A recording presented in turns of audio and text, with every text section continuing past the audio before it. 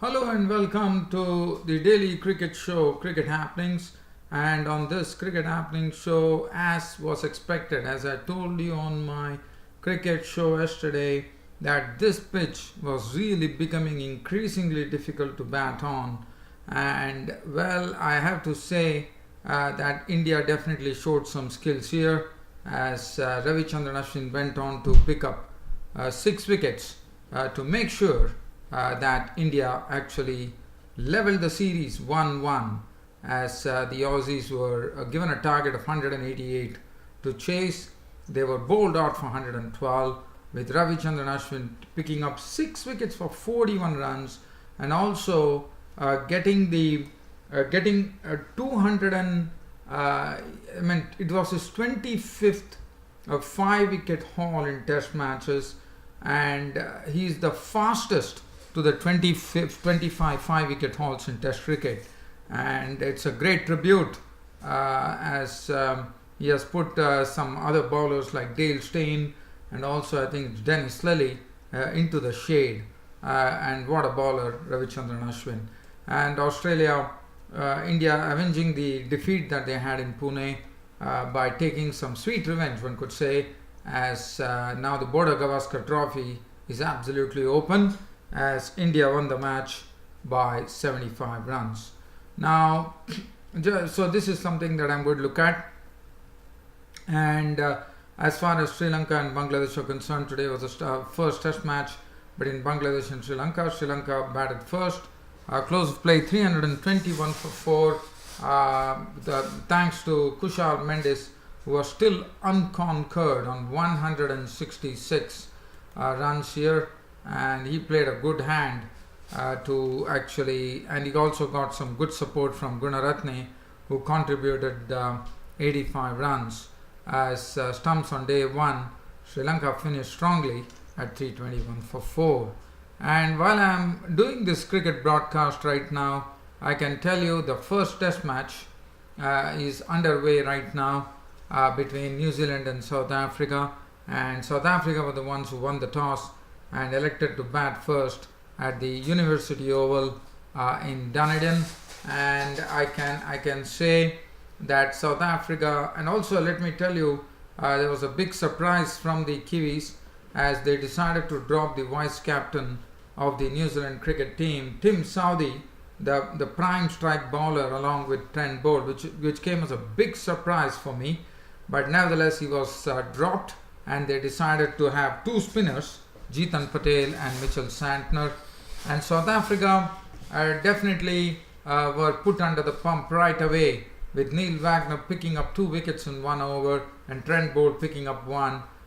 But Dean Elgar and Faf du Plessis has taken the score from a very shaky 22 for 3 for South Africa, and they are now perched at 103 for 3. Elgar is not out 59, du Plessis is not out 35. I'll come back to that later, but first I'll be talking about the second test that happened between India and Australia.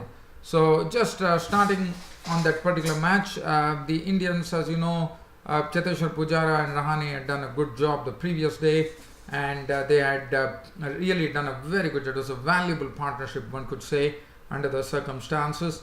And yesterday it didn't take much time for Aussies to actually remove India for 274. It was the first, in fact, it was Rahane was the first to go. He added only 2 runs before Stark had him LBW for 52. And Karun Nair was a victim of the bowling of Mitchell Stark for naught. And Ashwin was, Hazelwood picked up wickets there. Hazelwood clean bowled Ashwin for 4. And Umesh Yadav was snapped up by Warner of Hazelwood for 1. And it left Ridhiman Shah. The score was 258 for 9. So the final pair was Ridhiman Shah at the crease along with Ishan Sharma, and both decided to really consume, especially Ishan Sharma decided to consume some balls there, but it only lasted as far as 274 was concerned. So Australia, I thought, did a good job to bowl out the Indians for 274 and Ridhiman Shah was not out on 20 with 2 fours, 1 6. Ishan Sharma was not out on 6 with 1 boundary, and the prime wicket taker was George Hazelwood. It was George Hazelwood and Mitchell Starc really completing the Indian innings there. So Mitchell Starc 274, but Hazelwood had wonderful figures: 24 overs, 5 maidens, 67 runs and 6 wickets. And Steve O'Keefe had 2 to show to his name. Nathan Lyon returned wicketless. Now, as far as Australia were concerned, they were given a target of 188 runs, and one knew that the 188 runs was still going to be difficult for them.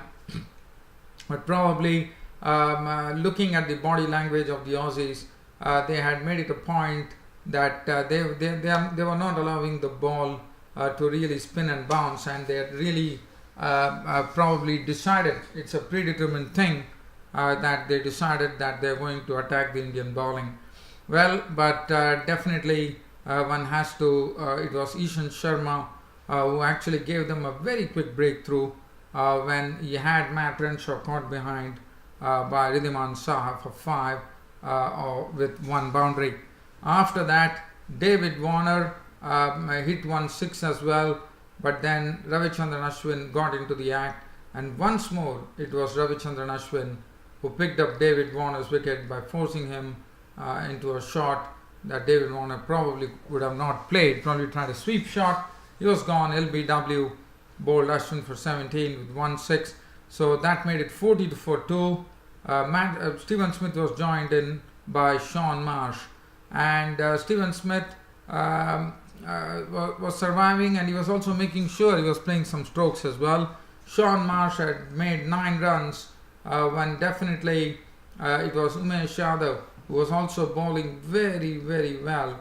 He actually trapped Sean Marsh, LBW. There was a bit of a contention on that, and Sean Marsh did not review that decision, and it looked like if at all the decision would have been reviewed, it would have probably gone in favor of Sean Marsh, but this is what it happens, and Sean Marsh was declared out. LBW bowled Yadav for 9, which made it 67 for 3, and then Smith, that was a big wicket for India, as Umesh Yadav was bowling a very good line, got a ball which probably didn't lift as much as Stephen Smith expected, and he was out. LBW bowled Umesh Yadav for 28 with 3 boundaries. That was a big wicket that India wanted. 74 for 4, but still there was hope because they had Mitchell Marsh. They still have good batting to come in the form of Wade, Hanscom, Mitchell Starc. But look at what happened. Now, then we had a partnership which started adding some runs. It added 26 runs. The partnership between Peter Hanscom and Mitchell Marsh. After adding 26 runs and taken the Australian score past the psychological mark of 100, Ashwin decided to really wear his arm over in a wonderful manner. First he got the wicket of Mitchell Marsh by getting him caught by Nair for 13 with 3 boundaries. The next to go was Matthew Wade, who was caught behind the bowling of Ashwin for naught. Mitchell Starc lost his stumps to Ashwin for 1. Nathan Lyon was caught and bowled Ashwin for 2. And as I said, it was not going to be easy to bat on this wicket. And this was how the Aussies totally were dismantled. Steve O'Keefe was bowled by Jadeja for a change for 2. Hazelwood not, and the Australian innings totally wound up at 112. Thus, India actually winning the Bengaluru Test by 75 runs, and definitely they deserve credit for doing so. And it was all a matter of, as I said in my cricket show itself, that since the Aussies were batting last on this pitch, there was always that element where India could really squeak through, and that's what they precisely did. But good full credit to the Indian bowlers. KL Rahul was named man of the match on his hometown. What a great joy for KL Rahul, because he contributed 2 substantial innings, and he definitely deserved the man of the match. Ishan Sharma 6 for 28. And also one has to say the Indian pace bowlers also did a good job. Ishan Sharma chipping in 1 for 28. Umesh Yadav picking 2 big wickets for 30 runs. 2 wickets. Jadeja 1 for 3. and Ashwin was the chief wrecker. 12.4 overs, 4 maidens, 41 runs and 6 wickets. And as I said, he has now got on to another record where he has been the quickest bowler to take 25 wickets in test matches. So definitely, so it's all over. So this series is absolutely open now, with both the teams not giving an inch on 1-1. So that is as far as this particular match is concerned. So now the second test is over and the focus will be shifting on to the third test match. Now let's talk about another match that happened. This is between Bangladesh and Sri Lanka. As you know, Bangladesh are on the tour of Sri Lanka, and today it was the first test match that was played at the Galle International Stadium. Sri Lanka won the toss and elected to bat first, and I have to say that the start was not good for Sri Lanka. The first wicket was taken by the pace bowler Subhashis Roy. Now Subhashis Roy, Mustafizur Rahman was not looking his own self when he started the bowling, and Taskin Ahmed definitely was bowling a good line, and then Subhashis Roy was the bowler who actually provided them the breakthrough by really bowling a wonderful delivery which actually seamed back, and Upul Taranga lost his off start. So that was a big wicket. So Subhashis Roy struck, and after that, at the score of 15-1, Kushal Mendis walked in, and it was Subhashis Roy with the very first delivery that he bowled. He had Kushal Mendis in all sorts of trouble, and there was a lot of appeal for an LBW, but the umpire turned it down, and finally, when it was reviewed, it was Kushal Mendis was the lucky one, because that particular ball from Subhashis Roy turned out to be a no ball. And look at what Kushal Mendis did. He decided to bide his time at the crease. He did not take much risk, but slowly but steadily, in the company of Dimuth Karnaratne, who was batting well and had made 30 with 2 boundaries, as the spinners Marius and Miraz actually clean bowled him for 30, and that made the score 60-2, and Karnaratne was gone. Upul Taranga got the company of Chandimal. I have to say that Chandimal looked absolutely out of sorts. He only kept on consuming deliveries, and he was not looking himself at all, and he struggled and struggled and struggled, and finally it was Mustafizur Rahman who picked up his wicket by getting him caught by Marius and Miraz for 5. A very bad job done by Chandimal, one thought. And Kushal Mendis then slowly started taking over. He got the company of Gunaratne, and we saw that Kushal Mendis, after that initial spell where there was a review done and he was given not out, he slowly started chiseling together an innings, and also opened out at times, and suddenly we saw that the strokes and the talent for which Mendis is known for really started coming out into the open. As Mendis, as you know, he plays the flick through the onside region. The flicked on drive is something he plays it very, very well.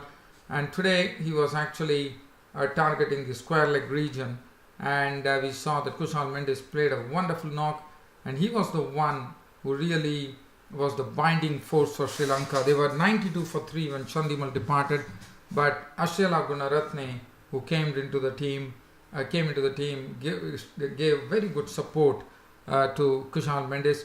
Gunaratne looking very good in his knock too, as both went on first doing a repair job by taking the Sri Lankan innings from 92-3 to a wonderful partnership. In fact, they put up a very, very big and fine partnership that would have frustrated the Bangladeshi bowlers, as they put up a very big partnership. In fact, they joined hands at 92-3, and when Gunaratne departed, when he actually incised the delivery from Taskin Ahmed onto his stumps, and Gunaratne missed his century as he was out for 85 with 7 boundaries. But Kushal Mendis kept going in the same fashion that he was going, and finally at stumps What a partnership. I mean, this partnership was worth 196 valuable runs, which actually pivoted the Sri Lankan score at close of play to a score of 321. But mainly thanks would have to go to Kushal Mendis,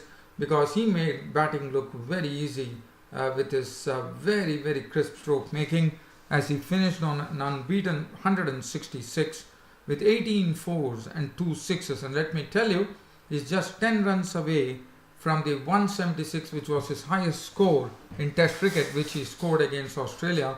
And this also means that Kushal Mendis believes in actually making big scores. A wonderful knock under the circumstances. Not out on 166, 18 fours and 2 sixes will renew the battle with the Bangladeshi bowlers tomorrow. That's on the second day. Dikwala was not out on 14 with 2 boundaries, as Lanka closed at 321 for 7. As far as the bowling was concerned, Mustafizur Rahman initially was a bit awry, but then came back very well. 15 overs, 3 maidens, 50 runs and 1 wicket. Taskin Ahmed bowled a decent line, 16 overs, 3 maidens, 1 for 48. Subhashish Rai was also impressive, 16 overs, 3 maidens, 58 runs and 1 wicket. Mehdi Hassan Miraz picked up the wicket, 12 overs, 1 for 66. Shakib Al Hasan toiled hard, 24 overs, 3 minutes, none for 71. 3 overs for 9 for Soumya Sarkar, and Mahmudullah bowled 2 overs for 10 runs. So definitely a picture of strength as far as Sri Lanka is concerned, and definitely Kushal Mendis would be definitely eyeing his first double century in Test cricket, and what a moment that would be when Kushal Mendis reaches that magical knock of 200. So, and good luck to Kushal Mendis, such a talented stroke maker from Sri Lanka. Now, just before I go, I'm going to leave you with this cricket update, which is coming in from the University Oval in Dunedin, where South Africa, as I said, are playing the first Test match against New Zealand. And I have to say that South Africa, after really being put under the pump by the Kiwis after South Africa won the toss and took to bat, they were reduced to 22 for 3. But now Dean Elgar and du Plessis have really stemmed the tide, as they have added 89 runs for the 4th wicket, unbroken one at that. Elgar is not out on 64, looking very, very good with his stroke making. He has scored 12 boundaries in his knock of 64, and he is very strong on the onside, as we all know. And du Plessis has also been doing a very good job. He was not out on 38 with 5 boundaries, and South Africa definitely look in a much better situation now than at 22 for 3. And just talking about this match, as I said, it came as a real surprise when at the eve of the match we saw that Tim Southee was dropped from the team, and they decided to go for 2 spinners. So probably the New Zealand captain Williamson is expecting the ball to do a bit as far as spin is concerned. South Africa, their start was not good at all. It was Stephen Cook was the first victim, as he left a ball from Trent Bolt and it wrapped him on the pads, and it was a poor judgment, as he was adjudged LBW for 3, bowled for 3. And after that, it was Dean Elgar was looking supremely confident in his strokes, but Hashim Amla was clean bowled by Wagner. What a delivery from Wagner. He pinned Amla to the crease, and in the process clean bowled him for 1. And Duminy was given, and Duminy was also out in the same over in the final delivery from Neil Wagner, as Neil Wagner, opening the bowling attack in the absence of Tim Southee, actually got a short delivery to Duminy, which actually hit Duminy's glove and sat in the hands of Ross Taylor, and he was gone. So the wicket-keeping duties, as to see the wicket-keeping duties would be probably, it's BJ Watling is there, but it was Ross Taylor who took the catch in the slip cordon. So he was gone for 1, and South Africa were in dire straits at 22 for 3. But as I said, it's Dean Elgar along with du Plessis who have slowly started transforming things for New Zealand. As I said, Elgar has been looking supremely confident with his stroke making. Du Plessis has also been doing a good job. And currently, as I speak to you, I am leaving you here from this cricket show, this live cricket update coming in from the University of Dunedin on the first day of the first test match between South Africa and New Zealand. South Africa winning the toss and electing to bat first, found themselves in trouble at 22 for 3, but right now placed at 112 for 3. Elgar not out 65, Duplessis not out 38. The bowling 1 for 22 for Bolt, 2 for 30, Neil Wagner. These are the wicket takers. Jeetan Patel and Mitchell Santner has also been bowling a decent line. Well, dear fan subscribers, there's nothing else to really talk about. That really says it all as far as today's cricket show is concerned. Tomorrow I'll be back to talk about the Sri Lanka, Bangladesh, and also a cricket summary on the first day's play in the first test match between New Zealand and South Africa. Till such time, it's good night from here. Thank you.